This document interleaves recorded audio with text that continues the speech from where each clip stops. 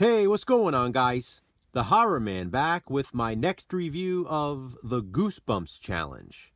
This time I reread Ghost Beach.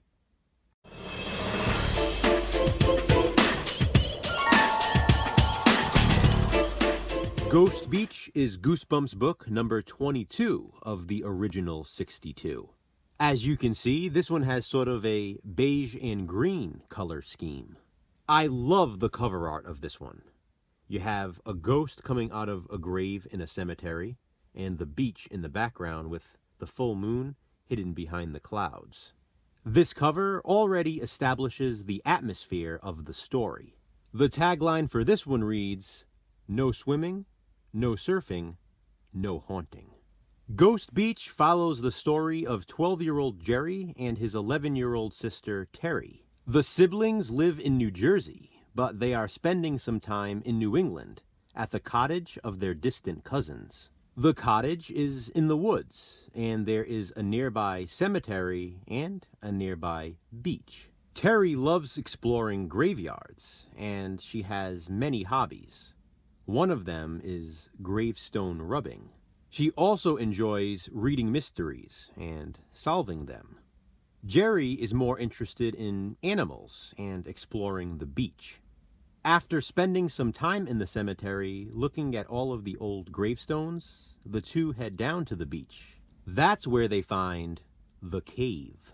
It is at the beach where they also meet Sam, Louisa, and Nat, 3 siblings. Sam and Louisa are close to the same age as Jerry and Terry. Nat is 5 years old.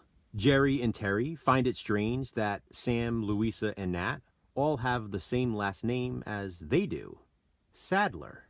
What's even more strange are all of the gravestones with that same last name. It must be a family plot, they figure. Sam and Louisa don't seem as surprised though. They claim there are a lot of Sadlers in the area, including Brad and Agatha, Jerry and Terry's cousins.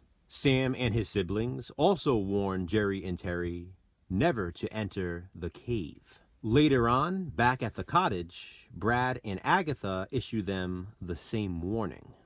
This, obviously, only makes Jerry and Terry more curious. One day, while exploring the nearby forest, Jerry and Terry discover something else. The full skeleton of a dog, with the bones completely picked clean. Jerry found it buried under the dirt while picking what he thought was a root from the ground. What kind of animal could have done that, they wonder, and who buried the remains of the dog? After crossing paths with Sam, Louisa, and Nat once again, they have a potential theory.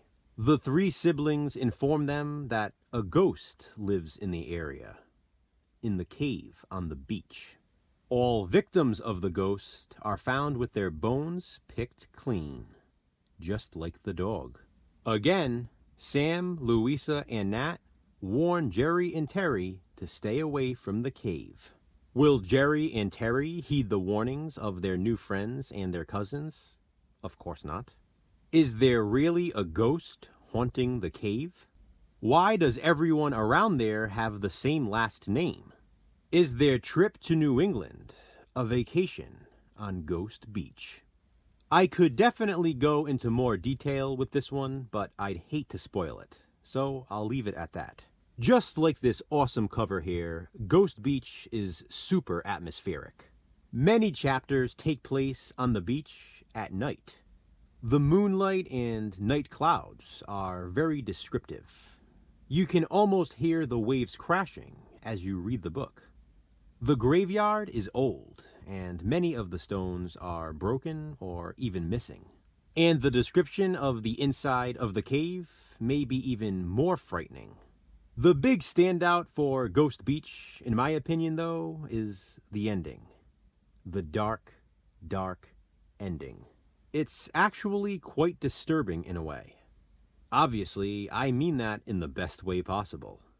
Ghost Beach is another fast read with an intense storyline and one downer of a twist. It's awesome.